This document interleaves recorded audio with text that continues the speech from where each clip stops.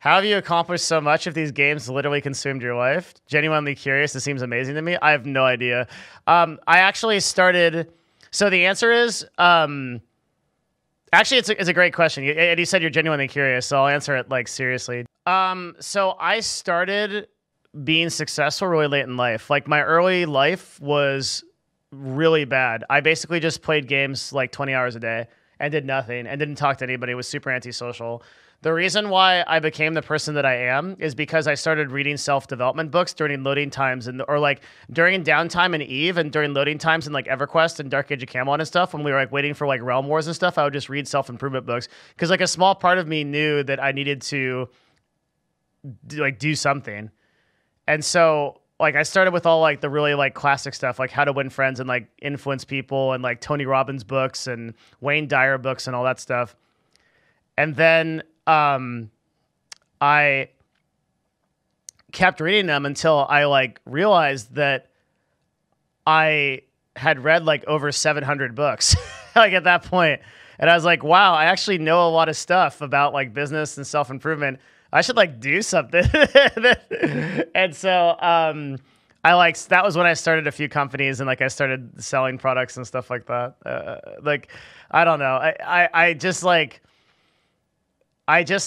grew myself to the point where I knew I could do stuff, but I started like really late in life. Like all my accomplishments come in like my late 20s, right? So and before that, I was just playing games constantly. It's crazy the education you can get from books and now the web. Yeah, I mean, I literally learned how to be a C-level marketer from just taking courses on marketing. Well, I had been involved in selling companies from an early age. My first company that I worked on it wasn't really a company. It was I sold a lot of people in the old chat, a lot of people in my chat know this. I sold these like kind of shitty ebooks. So like if you have these like this old web copy that's like, here you go. I would do stuff like this. And I would have like the big red letters that were like, these things. How a juvenile misfit who got kicked out of school became a millionaire by age 26 and earned $549,079. And like this, if you know anything about copy, like, oh God, all this stuff is targeted, right? This exact number is targeted because they don't want to give you 549,000. They want to give you a specific number because they want you to believe the number, even though the number isn't true. They want you to believe the number and 40 cents, right? Because it sounds much more authentic than $550,000. Millionaire by age 26 and highlighted very intentional, right? They A/B tested that to make sure that this was like this is like the right thing to say. Age 26 is a specifically chosen number. They show like an example of the check. This is the stuff I wrote all the time. So when I started in like day one of like Google AdWords where I would pay doctors like $500 to write a page or two in my medical book. So what I would do is I'd write like a 40 to 50 page book and I would go to the library and I would research something about like one of my big ones was like knee pain. I did one on bronchitis too. So like for bronchitis, for example, I found out that there was this remedy called silver chloride that you could use to get rid of bronchitis and it worked for a lot of people and a doctor backed it up. So I had the doctor write 2 pages in my 50-page book and then I gave a bunch of cures for chronic bronchitis. Then I put it up on a 1-page website and I offered the book as a digital download for $20. I put the doctor's picture on top of it because the deal was the doctor would get 1% of or 2% of every sale of the book. And then he would also get $500 flat, but I'd have to take a picture of him in his white coat because that's authentic, right? You get a doctor in a white coat. And it would say recommended by Dr. Whatever. And he would write 2 pages in the book. Then I would write the other 48 pages, which are just like random stuff that I researched from the library. And I would put this up for digital download behind a paywall of like $20, and I'd offer 100% money back guarantee. And then I would run on AdWords, and I would know, okay, well, it cost me X money to acquire a customer, right? Which would be something like anywhere between like $8 to $10. And I'm making $10 off a digital download with no overhead. So I literally just printed money. Every website made like $6,000 to $10,000 a month, and I just sat there and played EverQuest the whole time. And I had like 20 of them. It was great. And then Google was like, you know what? This is shit content. And I was like, wait, no, it's good content. And they're like, no, this isn't helping anybody at all. And then they sent me to the shadow realm when my business died because Google basically like decided that kind of content shouldn't be served to their customers because it was just like baiting people into buying shit. And now you have to have like Now you have to have good content, I guess, to go on Google, blah, blah, blah. So that was my first business, and I was playing games through that. I didn't do anything for a while after that, but I learned so much about marketing from that because I was making so much money, right? And I was balling, dude. I was in this is like my first year in college, so like I was a business student. All these other business students are coming. They're like, "What is entrepreneurship?" Like I'm rolling in like $50,000 a month, like like just like killing everything. And then like I was like just balling super hard and just doing whatever. And then I was like, damn, I know a lot about marketing, so I was investing a lot of money back into marketing because I was so fascinated by Google AdWords, like how it works and things like that. So I spent like $25,000, or it was like $25,000 on like stuff like Dan Kennedy courses, Jay Abram courses, mentorship from those guys, stuff like that, and did like one-on-one sessions and stuff like that. And that's how I learned everything about marketing that I know.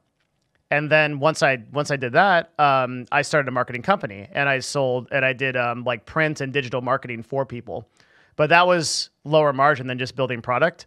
So I sold that, and then I got into doing IT services and just outsourcing it. This is more because I was lazy than anything.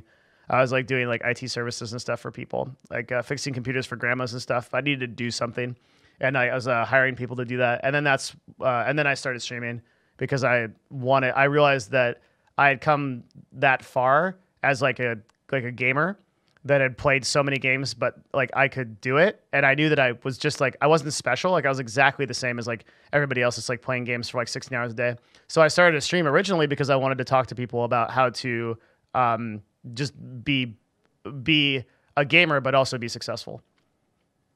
And then I did that. And then the rest is history. You know, I joined esports and blah, blah, blah. So Dignitas, CLG, yeah. For the gaming world, how do you feel like, how can direct response be applied? Do you still think it's viable if tweaked? Yeah, God, I think about this so much. Such a great question. It has to be, right? Because if you know anything about marketing, I know you do. Direct response is just human psychology. It just works, right? Because that's how people are set up. So direct response has to work. I just don't know how. It has to. One way that I know that direct response can work is through email campaigns. Yeah. So when we're talking about direct response, we're talking about stuff like this, where it's like you put something in like a newspaper, and then you say, send me a message, or do a call to action in some way to get the user engaged. The way that you see this a lot is like if you go to like really famous marketers, you'll see there'll be like an opt-in, like start the quiz, right? This is a direct response. Do you know your earning potential? Like you can start the quiz to find out, and you can go like here, and there'll be a call to action like every one of these pages where you can sign up for courses, get the inside scoop, get started today, get on the email list, some kind of call to action there. This is one of the best copywriters in the world. He might be the best copywriter in the world. I think he is. So yeah, I think there definitely is a way to incorporate it. The way that I've successfully incorporated it is email lists. I think email is still the third or second most powerful form of marketing in the world. What do you think some of the most important habits are to build outside of working out, meditating, and reading? The only thing I would add to that list, and that's an incredible list, is I would become very aware of how you spend your time. So I actually am super. I want to use a certain word, but I'm very dedicated is the word I'll use. So I was going to use a gamer word to say this, but I'm very dedicated to keeping track of my time. So I actually keep track of every single hour that I spend doing anything. So this will blow your mind, right? Like I don't recommend doing this, but like for the week of 2/11 to 2/18. I spent 4 hours in complete dead time just staring into space, 46 hours sleeping, 19 hours gaming, 36 hours streaming, 12 hours of dedicated time with my girlfriend, 7 hours of dedicated time working on like productive creative measures, 7 hours of exercise, and 10 hours of dinner eating, for example. So like, and I know that like every week, but that's like really crazy, right? You don't have to do that. Like all you need to do is you have to write down in your day what you accomplished or what you want to accomplish. Like at the end, I'd have like a daily review, a journal. I would journal. That's what I would do.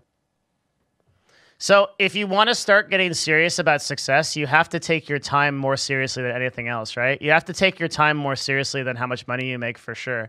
The whole idea of exchanging time for money is booty, dude. You want to get out of that as fast as possible. It's a really bad model. It's a bad pipeline, right?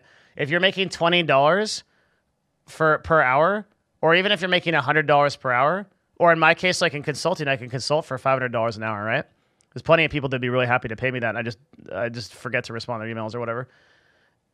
And that's still a bad trade because the leverage that you can get if you build a system is potentially infinite, right? So you always have to think in terms of like your time is like your most important resource, and your time to like money ratio is something you should be aware of. So like what your time is worth. My time is worth a lot less than I was at CLG, for example, right? So when I was a CEO at CLG, I ran a 105-person company. The company was worth $35 million. So you can imagine what an hour of my time is worth. It's worth a lot, right? An hour of my time, if I spend that going spaghetti over like dealing with some issue that I shouldn't be dealing with, or just staring into space, is bad. That's a loss of company revenue and my revenue and equity by extension of that. And you have to look at your entire life in that prospect. Because if your time is only worth like $10 an hour, well, then you should probably be doing things to improve that ratio, right? Either by learning new skills or training yourself or looking for better jobs, whatever you can do.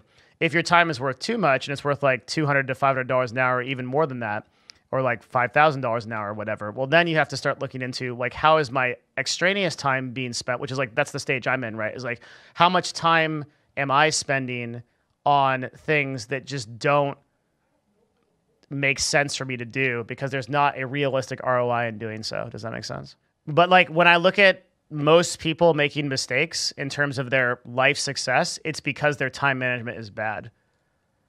Like the average person spends like 5 or 6 hours on social media, a bunch of hours watching Netflix or TV or things like that, a bunch more hours watching YouTube. And like before you know it, like there's like 24 hours in a day is a lot. It's actually an incredible amount, even with 8 hours of sleep. You can get so much done if you want to in that amount of time. In 16 hours, it's ridiculous what you can get done.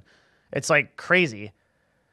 That's why there are human beings that are like so crazy effective, like Richard Branson, that run 120 companies because they understand delegation, one, but two, they're just very effective with their time. And they still have time to like go on vacations and chill out and do whatever the hell they want. It's just that they're very conscious of how they spend their time. I'm going to college right now. What's the best thing to do for money when I can get a good ROI? I mean, you should be able to do something. You should have a really good strength by the time you graduate college, right? You should be able to point to something and be like, I can do that, and I can do that better than most people.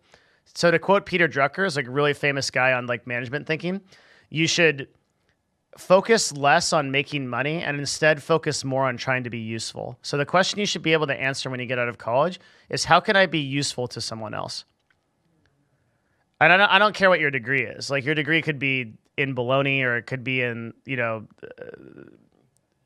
like research. It could be science, it could be STEM.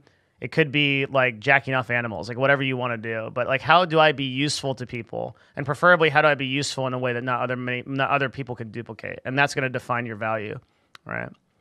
Because society will pay you for what usefulness you bring to the table. And if you don't bring value, then you won't get far, right? This has to do with what I value. I will try to become a researcher, which I know is the best decision money ROI-wise, but will definitely make me the most happy. Happiness is kind of a meme, dude. I mean, I guess I'll cry in the back of my Lexus, etc. But like, there's so much research that shows that like a certain level of financial stability predicates happiness, if not is dependent on it. So like, I think this whole meme of like, well, I'm happy, like maybe there's like, but I think it's an exception to the rule. You should be able to do something that's useful that provides a base level of financial success for yourself. Like, and I'm not talking about making like $300K a year, $500K a year. Yeah, that like doesn't matter. But the general accepted number is 74,000, right? Is like the number where after that, there's not much more of an increase in happiness. But I'd say like anywhere between like the 50 to 70 range you want to land at. I don't see many people that are like, I love my fucking life, that are making like 5K a year. I just don't. And the statistics reflect this. But yeah, you don't have to like turn that around and make like making $5 million a year is not going to make you any happier. If anything, it will probably make you less happy because it's going to be so much more stress, which is why I've opted to not be a CEO again, right? That's why I'm a CMO here and not a CEO somewhere else. Because the amount of stress is just like way high for the ROI. And that's just a personal evaluation you have to make. Some people want to be massive CEOs and stuff like that. That's cool. There's a certain amount of prestige and like cool factor that comes with that too, right?